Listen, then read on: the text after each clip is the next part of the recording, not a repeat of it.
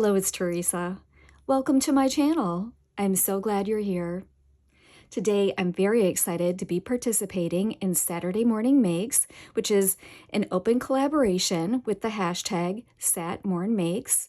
It's hosted by Jillian Norwood, and she started it because she has a very busy life, but she set aside time on Saturday morning for crafting and then to share what she made with others. And so that's how it started. It's really grown into something wonderful, and I'm so pleased that I'm able to participate this time. The stamps that I've used on my projects today come from Adorn It, and these are part of their recipe stamp club. All of these images are designed by Dianna Marcum, and they're just beautiful. I really enjoy working with them. I also used this set of cutting dies from Hot Off the Press, this tag die set from Daisy May Design, this frame die set that I purchased from Amazon. I used this card template from Hot Off the Press. This is an embossing folder from Echo Park. I mixed and matched several papers. I used Simple Stories, this Snap Color Vibe,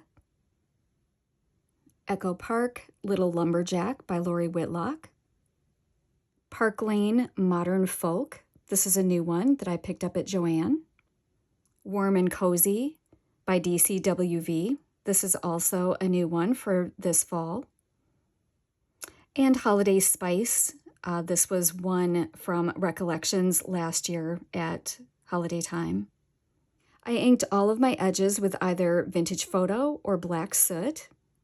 I used these jewel border dazzles from Hot Off the Press. This lace trim was from the Dollar Tree. This one is from Paper Studio. This ribbon is from Fun Stamper's Journey. And this one is the Celebrate It brand. I think that's from Joann. I used a little bit of bling from Craft Factory Creations. Some of these great fall flowers from Hobby Lobby. And something I've been doing lately is using my pinking shears on my ribbon, and that keeps the edges from fraying. So just thought I would pass that along. I picked these up on Amazon. And if I can find them, I'll link all of these products in the description box below. Let's check out the projects. For my first card, I made a center step card using that template that I showed you from Hot Off the Press. It stands up like that. I love using this design. I think it's very versatile. And I also used that pumpkin bar stamp. Colored it with my Spectrum Noir Tri-Blend markers. Took a white doily and inked it up with some Vintage Photo. Cut it up into pieces to line it along the bottom edge here. Kind of make a platform for my pumpkin to set on.